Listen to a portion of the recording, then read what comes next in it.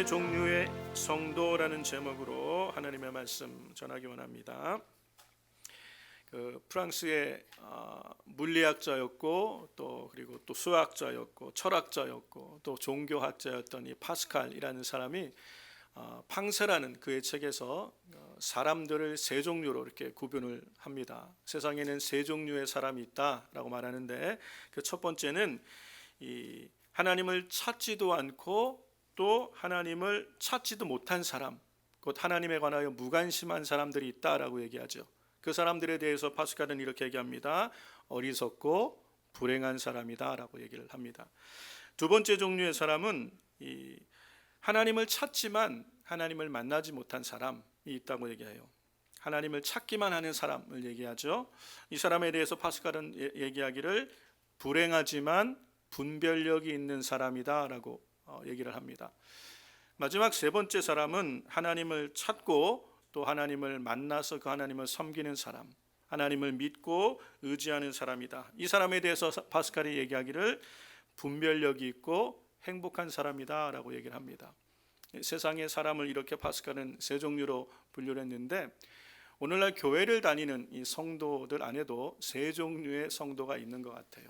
요즘 저희가 이 창세기 말씀을 같이 묵상하면서 우리가 오늘 읽은 이 본문 창세기 27장 안에 하나님을 믿는 성도들 안에서도 세 종류의 모습을 발견할 수 있다는 것이에요.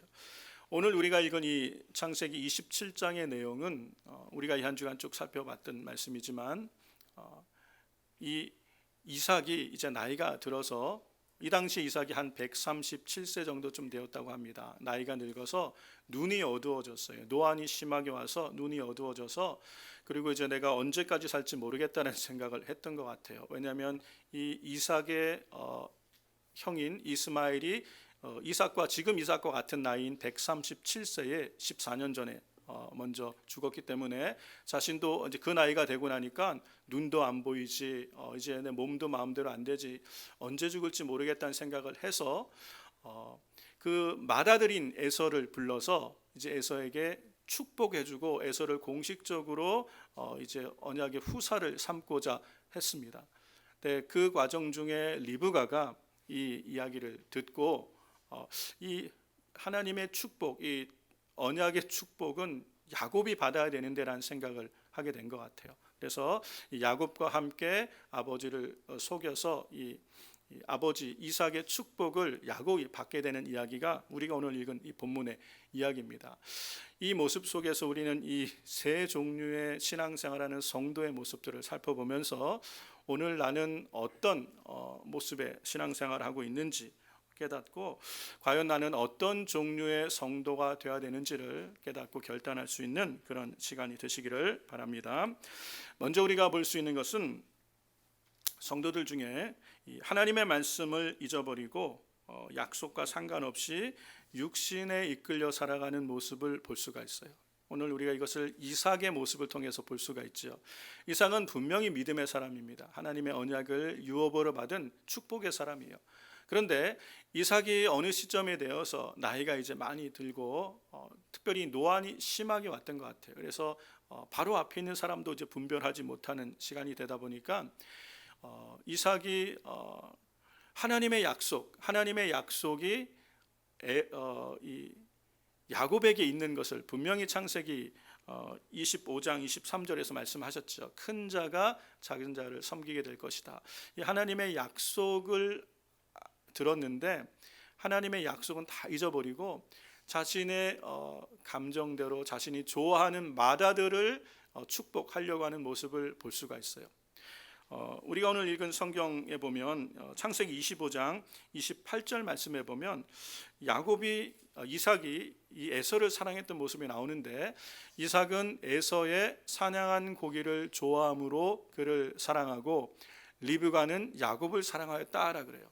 아버지 이삭은 맏아들인 에서를 사랑했고 어머니 리브가는 막내 이 둘째인 야곱을 사랑했어요. 그런데 이 이삭이 에서를 사랑하게 된 그 동기를 성경이 뭐라고 얘기하냐면 에서가 사냥한 고기를 좋아했대요. 에서는 사냥꾼이었잖아요. 그래서 에서가 사냥해 온 고기를 이렇게 조리를 해서 이 별미로 만들어서 먹는 것을 좋아했던 것 같아요. 그러니까 자기에게 자기가 좋아하는 것을 주고 자기에게 잘해주는 에서를 더 사랑했어요. 더 사랑했어요. 그래서 하나님의 약속이 야곱에게로 이어져서 아브라함의 축복, 아브라함의 후사가 아브라함과 이삭을 통해 야곱으로 흘러가게 하나님은 계획하셨는데, 이삭이 이 시점에 있어서 영적으로 좀 이렇게 무뎌진 것 같아요. 하나님의 말씀은 잊어버리고 육신대로 야곱을 좋아하는 대로 야곱을 축복하고 싶어 했던 모습을 볼 수 있어요. 그 모습을 우리가 오늘 읽은 27장 4절은 똑같이 얘기를 하고 있어요. 에서에게 이삭이 이렇게 얘기합니다. 나의 즐기는 별미를 만들어 내게로 가져다가 먹게 하여 나로 죽기 전에 내 마음껏 내게 축복하게 하라. 에서야, 별미를 갖고 와. 내가 먹고 힘내서 마지막으로 너에게 내가 축복해 줄게. 지금 이 얘기를 하는 거예요.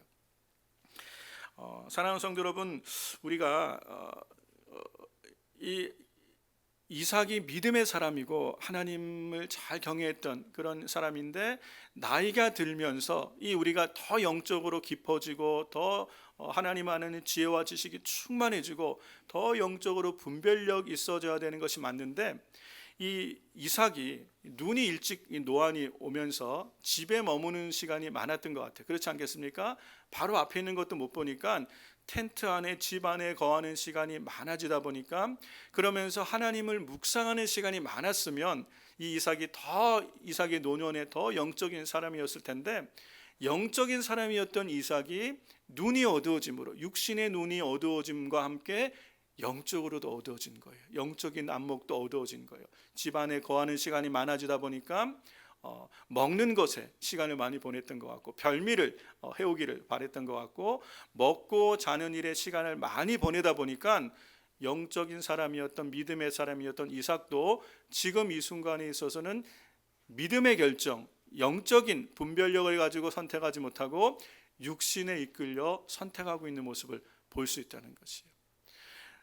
사랑하는 성도 여러분, 오늘 우리 안에도 신앙생활하는 성도들 가운데 하나님의 약속의 말씀을 들었고 알매도 불구하고 하나님의 말씀은 다 잊어버리고 하나님의 말씀과 상관없이 지금 나의 생각과 마음에 이끄는 대로, 내 육신이 이끄는 대로, 육신의 감정대로 신앙생활하는 성도들이 얼마든지 있을 수 있다는 것이에요.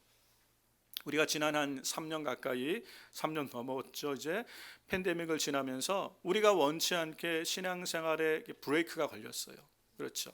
집에 머무는 시간들이 많아지고 교회를 나와서 예배할 수 있는 환경들이 안 되다 보니까 집에 거하는 동안에 하나님을 더 가까이 하고 묵상하고 말씀을 묵상하고 기도하며 그렇게 시간을 보내며 영적으로 충만한 시간을 보낸 분들도 계세요. 오히려 이 시기에 더 영적으로 깊어지고 분별력이 더 생기는 분들도 계신데, 근데 참 안타깝게도 많은 분들이 그렇게 시간을 보내지 못하고 미디어에 노출되어지고 집에 있는 동안에 TV와 또 드라마와 또 핸드폰과 온갖 세상의 재밌고 즐거운 일에 많은 시간을 보내다 보니까, 그렇죠, 많은 시간과 많은 삶의 관심이 세상적인 것에 가다 보니까 당연하게 자연스럽게 어떻게 되는 거예요? 영적인 안목이 어두워지는 거예요. 영적인 눈들도 어두워지게 되었어요. 그래서 하나님의 말씀을 기억하고 말씀을 의지하고 살아가던 성도들 중에 많은 분들이 하나님의 말씀에 무관심해지고 하나님의 말씀을 다 잊어버리고 믿음이 아닌 세상이 마음에 들어와서 마음이 원하는 대로 세속적인 삶으로 시간을 보내고, 또 그 세속적인 삶의 방식이 지금 내 삶의 방식이 되어서 그렇게 선택하고 결정하며 살아가는 성도들이 있을 수 있다는 거예요. 교회 안에서도 그렇게 하나님의 말씀을 잊어버리고 내 마음이 지금 원하는 대로 이끄는 대로 선택하고 결정하는 그런 신앙생활을 하고 있는 분이 있을 수 있다는 것이에요. 혹시 우리 가운데 그런 분이 계시다면 우리가 이 말씀을 들으면서 오늘 바로 이 시간에 우리가 깨달아야 돼요. 내가 나도 모르는 사이에 이 팬데믹을 지나면서 내 신앙의 눈이, 영적인 눈이 어두워지지 않았나 돌아보고 깨닫고 결단하며 정말 주님 앞에 다시 한번 회복되어지는 기회로 삼을 수 있는 저와 여러분 되기를 주의 이름으로 축원합니다.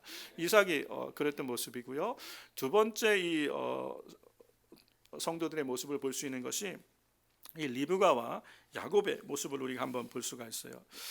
하나님의 말씀을 기억하고 하나님의 말씀을 이루고자 하는데 이 하나님의 말씀을 이루는 방식이 자기 생각과 자기 경험대로 내 생각대로 하나님의 말씀을 이루고자 하는 삶의 모습을 우리는 이 리브가와 야곱을 통해서 볼 수 있다는 것이에요.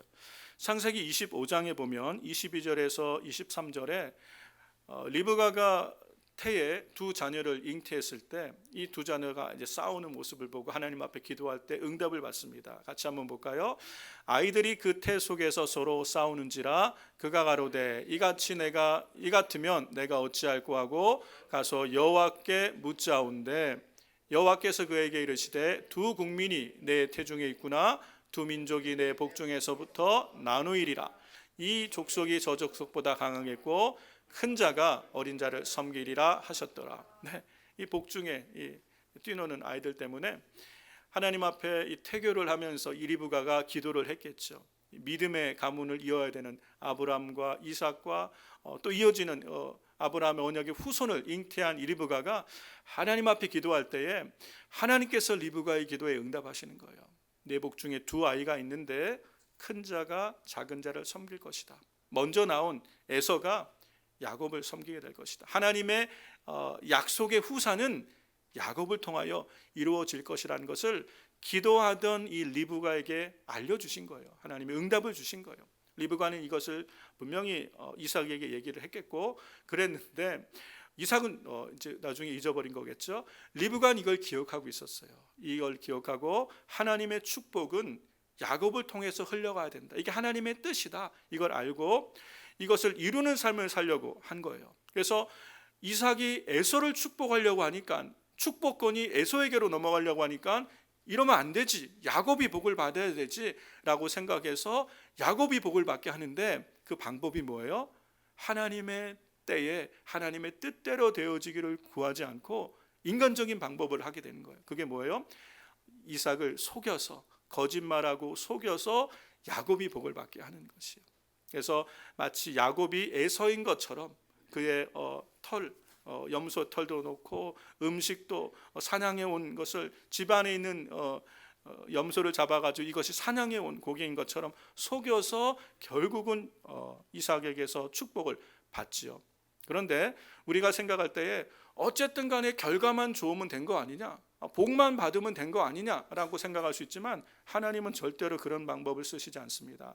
하나님은 하나님의 뜻을 이루시는데 절대 조급하지 않으세요. 하나님은 얼마든지 하나님의 일을 완전히 이루실 수 있는 분이세요. 우리는 이 하나님을 신뢰할 수 있어야 되는데 내 생각에 지금 야곱이 복을 받지 않으면 야곱이 축복의 후사가 되지 못할 거라는 인간적인 생각을 가지고 속여서라도 야곱이 복을 받게 해야 되겠다는 생각을 해서 잘못된 결정을 하게 된 겁니다. 그런데 우리 하나님께서는 이 모든 것을 다 보고 계세요. 성경에 갈라디아서 6장 7절에 사도 바울은 이런 얘기를 합니다. 스스로 속이지 말라. 하나님은 만홀히 여김을 받지 아니하시나니 사람이 무엇으로 심든지 그대로 거두리라. 여러분, 우리는 우리가 심는 대로 거두는 거예요. 육신을 위하여 육신의 것을 심으면 육체로부터 썩어지는 것을 거두는 거예요. 영을 위하여 하나님의 방식대로 하나님의 말씀을 의지하여 하나님의 방법대로 살아가면 반드시 하나님은 신령한 것들을 약속을 유업으로 얻게 하시는 줄로 믿습니다. 그런데 리브가와 야곱은 이 순간에 하나님의 약속은 이어야 되는데 하나님의 방법이 아니라 인간적인 방법을 선택한 거예요. 그래서 야곱의 일생에 이 선택, 이 거짓말과 속임수로 말미암아 야곱의 생애가 얼마나 고난이 많은지 몰라요. 야곱이 130세 되었을 때에 요셉을 통해서 야곱의 70가족이 애굽으로 들어가게 되지 않습니까? 그때 바로 앞에 섰을 때에 야곱이 이런 얘기를 해요. 내 나이가 지금 130세인데 내가 지금까지 험악한 세월을 살아왔습니다 라고 얘기해요. 야곱은 자기 생애를 뭐라고 고백하는 거예요? 내가 지금까지 험악한 인생을 살아왔다는 거예요. 야곱의 생애가 평탄하지가 않았어요. 야곱이 정말 힘든 시간을 보냈어요. 그렇게 아버지를 속이고 축복을 받았지만 이것이 바로 드러나서 집을 떠나야 되잖아요. 집을 떠나서 도망을 가게 돼서 외삼촌 집에, 라반인 외삼촌 집에 도망을 가는데, 거기서 자기가 아버지를 속인 그대로 외삼촌에게 그대로 속아서 20년이라는 세월을 거기서 보내게 돼요.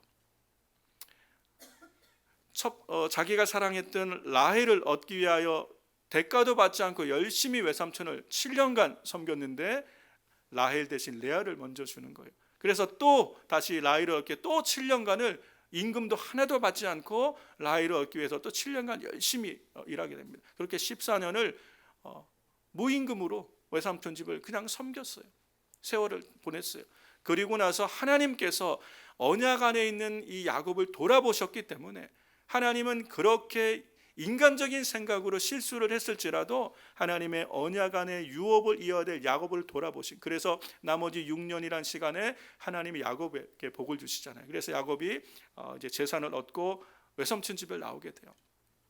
그러나 그 시간들이 20년이란 시간을 외삼촌 집에서 보내고, 그 이후로 가족을 떠난 이후로 야곱은 그 사랑하는 어머니를 보지 못해요. 임종을 보지 못하고 생이별을 하게 돼요. 인생에 고난이 많아지는 것이에요. 사랑하는 성도 여러분, 하나님은 이스라엘 백성을 사랑하셔서 애굽에서 건져내셨잖아요. 그렇죠? 그 백성이 사흘길이면 갈 수 있는 이 가나안 땅을 40년이 걸리게 된 이유가 뭐예요? 하나님의 뜻을 하나님의 방식으로 이루지 않았어요. 하나님을 신뢰하여 믿고 의지하여 가지 않고 그 앞에 마주하는 어려움과 여러 가지 힘든 일들 때문에 원망하며 불투명하다가, 인간적인 생각으로 판단하고 결정하다가 애굽으로 돌아가자라는 얘기를 하다가 결국은 수일이면 들어갈 수 있는 거리를 40년을 광야에서 보내게 되는 거예요. 우리가 하나님의 뜻을 알고 믿음으로 살려고 하면서도, 하나님의 말씀이 내 안에 이루어지기를 원하면서도 하나님의 때와 하나님의 방법으로 이것이 이루어지기를 기다리지 못하고 우리 안에 조급한 마음 또는 염려, 근심, 두려워하는 마음에 육신적인 생각, 내 경험, 내 욕심대로 선택하다 보면 그것이 잘된 것 같은데 결국은 우리가 세월을 돌아가는 세월을 보내기가 쉽다는 거예요. 광야의 시간이 길어지는 인생들이 될 수가 있다는 것이. 사랑하는 성도 여러분 오늘 우리는 어떻습니까? 우리가 신앙생활하면서 믿음으로 살아야지, 하나님의 뜻을 이루어야지, 축복받는 가정이 돼야지, 그렇게 믿음의 길을 가고 신앙생활을 하면서도 인생의 중요한 선택의 순간에서는 염려와 근심과 조급함과 두려움 때문에 하나님의 방법대로 하지 않고 내 마음대로, 내 생각대로, 내 욕심대로 선택하여 잘못 또 하나님 앞에 긴 광야 시간을 보내고 있는 분들은 없습니까? 여러분, 오늘 우리의 생각을 잘 점검할 수 있어야 돼요. 믿음으로 사는 삶이라는 것은 내 생각과 내 감정을 사로잡아서 하나님의 말씀에 복종할 수 있는 사람이 되어야 되는 거예요. 그럴 때 하나님의 약속이, 하나님의 말씀이, 하나님의 말씀을 의지하고 순종하는 사람을 통하여 이루어지게 되는 줄로 믿습니다. 성경에 보면 고린도후서 10장에 사도 바울은 아주 중요한 말씀을 우리에게 가운데 하는데, 고린도후서 10장 3절에서 5절을 보면 우리가 육체에 있어 행하나 육체대로 싸우지 아니하노니 우리의 싸우는 병기는 육체에 속한 것이 아니요 오직 하나님 앞에서 견고한 진을 파하는 강력이라. 모든 이론을 파하며 하나님을 아는 것을 대적하여 높아진 것을 다 파하고 모든 생각을 사로잡아 그리스도에게 복종케 하니. 네, 보세요. 우리의 하나님을 대적하는 그런 생각들이 많아요. 우리가 이 세상을 살아가면서 세상의 문화나 경향은 하나님을 대적하는 세속적 경향이 굉장히 많습니다. 거기에 많은 시간을 우리가 그 가운데서 보내다 보면 나도 모르는 사이에 우리의 생각과 우리의 감정이 지극히 세속적이가 될 수 있고, 그러다 보면 하나님을 대적하는 선택과 결정을 나도 모르는 사이에 하기가 쉽다는 거예요. 그래서 우리 안에 하나님의 뜻과 상관없이 육신적인 생각으로 들어오는 생각이나 감정을 사로잡을 수 있어야 돼요. 하나님께 복종시킬 수 있어야 돼요. 내 안에 염려하는 마음, 두려워하는 마음, 근심하는 마음, 내 마음을 요동치게 하는 마음을 사로잡아 하나님의 말씀 앞에, 약속의 말씀 앞에 복종시킬 수 있어야 돼요.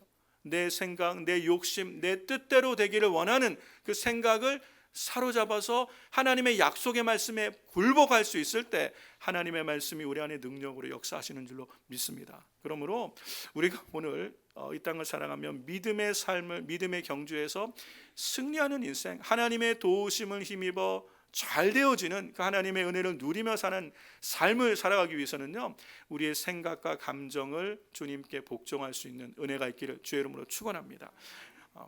이 세 번째 성경에 보니까 세 번째 종류의 성도는 이 바로 지금 말씀한 대로 하나님의 약속을 하나님의 받고 하나님의 뜻을 하나님의 때에 하나님의 방법으로 이뤄가는 사람이에요. 그런 사람이 성경에 많이 나와 있어요. 그렇죠. 우리가 지금 창세기 말씀을 보고 있기 때문에 아브라함과 이삭과 야곱으로 이어진 하나님의 언약이 이 야곱의 12아들 가운데 있어요. 그들 중에 하나님은 요셉을 통해서 그 당시에 하나님의 구원의 역사를 이루어 가실 뜻을 세우셨어요. 이 야곱이 이런 경험이 있었기 때문에 깨어 있었는지 몰라도 어쨌든 야곱이 이 요셉을 사랑했어요. 12아들 줄 중에 11번째인 거의 막내죠. 막내인 이 요셉을 야곱이 사랑해서 어린 나이부터 이 요셉에게 채색 옷을 입혔어요. 채색 옷이라는 것은 그 당시에 가문의 후계자들에게 입혀주는 옷이 채색 옷이에요. 좋은 옷을 입힌 거예요. 11번째 아들인 이 막내다시피 한 요셉에게 이 후계자로 삼고 채색 옷을 입혔으니 나머지 10 형제들이 얼마나 화가 났겠어요. 저 어린 것을 후계자로 미리 정하시고 아버지는 요셉만 사랑해 라고 화가 나서 형들이 어느 날 모의를 해가지고 이 요셉을 죽이려 하다가 애굽에 팔아버려요. 애굽의 노예로 팔아버립니다. 요셉은 어린 나이에 이 노예가 되어서 애굽에 팔려가서 고생하게 됩니다. 자신의 의도와 상관없이 이렇게 고생해서 애굽에서 잘 정착하는 듯 했는데 또 모함을 받아서 감옥에 들어가게 돼요. 이 감옥에 들어가 있는 요셉에게 어느 날 바로 애굽의 왕 바로의 신하 중에 술 맡은 관원장이 감옥에 들어오게 돼요.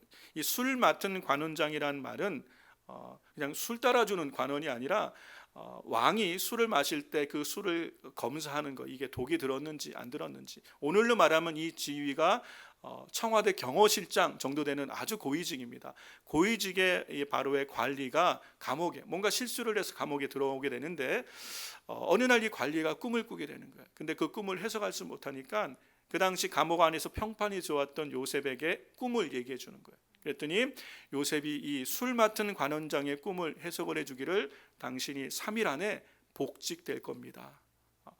그 얘기를 하면서 요셉이 한 가지 당부를 해요. 당신이 득위하게 되시면, 당신이 다시 왕의 은총을 입어서 복직하게 되면 내 억울한 사정을 좀 바로 왕에게 잘 알려줘서 나로 여기서 나가게 좀 해주세요라고 부탁을 해요. 그런데 이 술 맡은 관원장이요, 그렇게 복직돼서 왕 앞에 딱 서는 순간 요셉을 잊어버리게 됩니다. 얼만큼 잊어버려요? 2년 동안에 그냥 완전히 깜깜하게 잊어버리는 거예요. 요셉은 이 감옥 안에서 오늘이나 부를까 내일이나 부를까 그랬겠죠. 만약에 요셉이 리브가나 야곱 같았으면 어떻게 했을까요? 인간적인 방법을 생각했을 거예요. 내가 지금 술 맡은 관원장과 인맥이 있기 때문에 술 맡은 관원장에게 편지 한번 보내고, 아니면 뭐 감옥 옥졸에게 술 맡은 관원장에게 좀 메시지 좀 전해주세요, 나 기다리고 있다고, 이런 식을 통해서 여기를 벗어나려고 했을 수도 있겠죠. 그런데 요셉은 그렇게 하지 않고 하나님의 때를 기다렸어요. 그런데 하나님의 때가 되니까 2년이 지나고 바로가 꿈을 꾼 거예요. 바로가 꿈을 꿨는데, 여러분, 다른 사람이 꿈꾼 거 해석한 것보다 애굽의 왕인 바로가 꿈을 꿨는데 이 꿈을 아무도 해석하지 못하는 거예요. 지금 애굽에 난리가 났어요. 바로의 꿈을 해석할 사람이 없으니까 많은 사람이 죽게 된 그때 이 술 맡은 관원장이 그때 생각해낸 거예요. 아, 요셉이 있지. 이 하나님의 신에 충만했던 사람 요셉을 그때 기억하고 요셉을 바로 왕에게 소개를 합니다. 이때가 하나님의 라이트함인 것이에요. 우리의 생각에는 술 맡은 관원장이 나가자마자 요셉을 천거해서 그가 감옥에서 나오게 했으면 그냥 요셉 하나 건진받고 끝나는 건데, 하나님의 계획은 이거보다 큰 계획이 있으시잖아요. 하나님은 요셉을 통하여 70명의 하나님의 언약 백성 이스라엘을 애굽에서 잘 지키고 그들이 400년 후에 200만 명이 되어서 하나님 나라를 만들 하나님의 큰 계획 가운데 요셉이 있었던 거예요. 그런데 그 요셉을 바로가 바로 꿈을 꾸고 바로의 꿈을 해석하는 순간 요셉이 감옥에서 어디로 갑니까? 애굽의 총리가 되어지는 거예요. 애굽의 2인자가 되어지는 거예요. 바로의 꿈을 해석했기 때문에 가능한 일이에요. 하나님이 하신 일은 이렇게 인도로 가신다는 거예요. 하나님의 뜻과 하나님의 계획은 하나님의 방법대로 하나님의 때를 기다릴 때가 하나님의 뜻을 이루는 삶을 살아갈 수 있는 것이요. 우리 마음이 조급하고 억울해하고 왜 나를 기억하고 여기서 건져주지 않지? 인간적인 생각과 감정으로 인간적인 방법을 동원해서 내가 여기서 벗어나야겠다는 그 생각을 했다면 하나님의 큰 계획을 이루는 데 쓰임받지 못했을 수도 있어요. 그러나 감옥이라도 기다리며 하나님 앞에 잠잠히 묵상하고 의지할 때 하나님은 요셉을 통하여 하나님의 큰 구원을 이루시는 축복의 통로를 쓰시는 거예요. 성경에 다윗이라는 인물이 있습니다. 이 다윗이 하나님의 은총을 입은 사람이에요. 이 다윗이 10대에 기름 부음을 받았어요. 이제 사울 이어서 다윗이 이스라엘의 왕이 될 것이라고 기름 부음을 받았어요. 그런데 왕이 언제가 될지 오히려 고난이 더 찾아오는 거예요. 사울 왕이 이 다윗을 시기하여 다윗을 죽이려고 합니다. 다윗은 사울을 피해서 10년 가까운 세월을 이 굴로 광야로 도망 다니는 얼마나 힘든 시간을 보내는지 몰라요. 그렇게 힘든 시간을 보내는 10년 사이에 다윗이 사울을 죽일 수 있는 기회가 2번의 찬스가 있었어요. 그냥 눈 한번 딱 감으면 사울을 죽일 수 있는 기회가 있었는데 다윗은 그런 인간적인 방법으로 자신의 뜻을 이루려 하지 않은 걸 볼 수 있어요. 여러분, 이게 중요한 것이에요. 우리 인생이 하나님께 은총을 입고 하나님께 온전히 쓰임받는 복을 누리고 살아가려면 하나님의 뜻을 깨달을 뿐 아니라 하나님의 때와 하나님의 방법으로 이루어가는 삶을 살아야 돼요. 다윗이 바로 그런 생애를 살았던 사람인데 이 사울을 죽일 수 있는 절호의 찬스가 2번이나 왔지만 사울을 죽이지 않습니다. 왜요? 사울 왕은 하나님이 기름 부으신 하나님의 종이다. 그래서 내가 하나님의 기름 부으신 자를 내 손으로 낼 수 없다. 하나님의 방법이 아니잖아요. 하나님은 하나님께서 세우시기도 하시고 폐하시기도 하신 건 하나님의 주권에 속한 것은 내가 할 수 있는 영역이 아니라는 거예요. 그래서 하나님을 의지하여 기다린 거예요. 그랬더니 하나님이 다윗을 세우셔서 왕이 되게 하시는데 구약의 그 많은 믿음의 사람들 중에 하나님 앞에 가장 사랑받던 사람인 이 다윗이 되게 하신 걸 볼 수 있어요. 그 다윗이 뭐라고 고백하냐면 이 사무엘상 24장 10절에 이런 얘기를 합니다. 같이 한번 읽어볼까요? 오늘 여호와께서 굴에서 왕을 내 손에 붙이신 것을 왕이 아셨을 것이니이다. 혹이 나를 권하여 왕을 죽이라 하였으나 내가 왕을 아껴 말하기를 나는 내 손을 들어 내 주를 해치 아니하리니 그는 여호와의 기름 부음을 받은 자가 되민이라 하였나이다. 그렇습니다. 하나님의 방법이 아니라는 거예요. 하나님은 이런 방법으로 다윗을 왕으로 세우기 원치 않으셨어요. 만약에 다윗이 왕을 죽이고 왕이 됐다면 이스라엘 백성들은 온전한 연합을 갖지 못했을 거예요. 사울 왕이 있었던 지파, 그 사람들과 사울을 좋아했던 지파 사람들은 다윗과 함께하지 않았겠지. 이스라엘은 통일 이스라엘을 만들지 못하고 끊임없는 내전과 내분으로 이스라엘은 쇠해하여 갈 수도 있었을 거예요. 하나님의 뜻을 하나님의 때에 하나님의 방법으로 이루는 삶이 복 있는 삶인 줄로 믿습니다. 그러므로 우리가 오늘 이야기가 다윗의 이야기고 이게 야곱의 이야기고 요셉의 이야기고 성경에 기록된 이야기로 끝나는 것이 아니라 오늘 내가 살아가는 내 삶의 이야기가 되는 것이에요. 오늘 우리는 이 땅을 살아가면서 어떤 종류의 성도로 살아가고 있습니까? 하나님의 말씀을 받았음에도 불구하고 세상 가운데 살아가다가 세상에 바쁘고 분주한 일, 세상에 열심을 내다가 하나님의 약속은 다 잊어버리고 내 육신이 원하는 대로 내 감정대로 선택하며 결정하고 있지는 않습니까? 아니면 하나님의 뜻을 이루기를 원하고 하나님의 약속을 이루는 삶을 살고 싶어서 믿음으로 살아가면서도 그 삶의 현장에서는 나도 모르는 사이에 내 생각과 내 경험을 앞세우고 가고 있지는 않습니까? 하나님의 뜻을 온전히 이루는 사람은 하나님의 뜻을 하나님의 때에 하나님의 방법으로 이루는 삶이 되어야 될 줄로 믿습니다. 우리 예수님께서 바로 그런 생애를 사셨어요. 예수님은 이 땅에 오셔서 공생기간에 한 62회 정도 구약의 말씀을 인용하여 말씀하신 적이 있어요. 62회나 하나님의 기록된 말씀대로 그의 생애를 살아가셨던 예수님의 모습을 볼 수 있어요. 그리고 어디까지? 끝까지 십자가를 목전에 두시고 우리 주님이 이 겟세마네 동산에서 기도하실 때 이렇게 기도하시는 모습을 볼 수 있어요. 누가복음 22장 42절에 가라사대 아버지여 만일 아버지의 뜻이거든 이 잔을 내게서 옮기시옵소서. 그러나 내 원대로 마옵시고 아버지의 원대로 되기를 원합니다. 아버지, 할 수만 있으면 이 잔을, 이 십자가지요, 이 십자가의 고난을, 이 순환을 내게서 옮겨주세요. 그러나 내 뜻대로 마옵시고 아버지의 뜻대로 되기를 원합니다. 하나님의 구원의 역사를 이루러 이 땅에 오신 주님이 이 고난의 잔을 피하고 싶었겠죠. 당연하지요. 그런데 하나님의 뜻은 어디 있어요? 예수님께서 십자가에 달리시는 것, 이게 하나님의 뜻이에요. 하나님의 방법이셨어요. 하나님을 떠난 인류를 구원하시기 위한 하나님의 방법은 십자가를 선택하시는 거예요. 그 아들을 내어주시는 것을 선택하시는 거예요. 예수님이 죽으심으로 인류는 구원을 얻게 하신 거예요. 그런데 그 일을 이루어야 될 당사자는 이게 너무 고난이라서 할 수만 있으면 피하고 싶은데, 그러나 하나님의 뜻이 이것임을 알기에 묵묵히 십자가의 길을 가신 거예요. 그렇죠? 여러분, 예수님의 죽음은 세상 사람들의 눈에는 실패한 것처럼 보여요. 아이고, 하나님의 아들이라 그러더니 십자가에서 내려와 봐라, 조롱하는 사람들이 많았어요. 그러나 주님은 왜 안 내려오시는 거예요? 이게 하나님의 뜻을, 하나님의 구원을 이루는 하나님의 방법인 것을 아셨기에 묵묵히 십자가를 감당하신 거예요. 그 죽음이 온 인류를 죄와 사망 권세에서 구원하는 하나님의 구원이 능력이 된 줄로 믿습니다. 하나님의 방법대로 가는 삶이 반드시 승리하는 삶이라는 것이에요.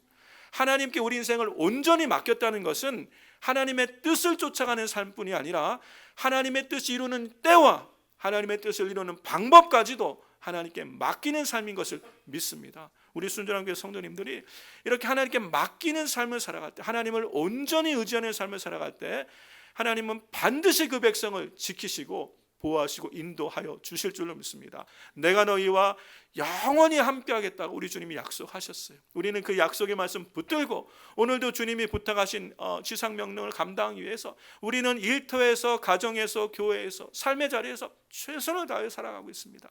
하나님의 뜻을 하나님의 방식으로 이루려 할 때 하나님은 그 백성을 반드시 지키시고 함께 하시며 성령으로 도우셔서 인도하셔서 주의 뜻을 이루어 가시는 줄로 믿습니다. 시편 37편 5절에 이렇게 말씀합니다. 너의 길을 여호와께 맡기라. 저를 의지하면 저가 이루신다고 얘기하셨어요. 우리는 우리의 인생의 길을 하나님께 맡기는 거예요. 하나님께 맡긴다는 것이 뭐예요? 하나님의 말씀을 의지하는 거예요. 내 생각과 감정을 사로잡아 하나님의 약속의 말씀 앞에 복종할 수 있고 이 말씀이 이루어지도록 하나님 앞에 의지하는 거예요. 기도하는 거예요. 하나님 앞에 부르짖는 거예요. 하나님의 때를 알게 하시고 하나님의 방법을 알게 하셔서 주님과 동행하는 삶을 살 수 있도록 인도해달라고 기도할 때 우리 주님 성령으로 우리를 감동하시고 이끄시고 인도하여 주셔서 하나님을 사랑하는 자, 곧 그 뜻대로 부르심을 받은 온 성도들에게 이 모든 것을 합력하여 선을 이루게 하시고 하나님의 뜻을 이루는 축복의 통로로 살아가도록 인도하여 주실 줄로 믿습니다. 오늘 우리가 사랑하는 일상에서 그런 믿음의 삶을 살게 되시기를 주의 이름으로 축복합니다. 여러분, 우리의 생각, 우리의 감정, 또 우리의 욕심, 내가 이루고자 하는 그것보다 하나님의 뜻이 내 삶을 통하여 이루어지는 것, 이게 진정한 의미의 형통이고 승리하는 삶임을 믿고 끝까지 주님과 함께하며 우리를 도우시는 성령님을 의지하며 주님과 동행하며 우리의 인생이 하나님 앞에 복 있는 인생으로 살아가는 저 여러분 다 되시기를 주의 이름으로 축원합니다.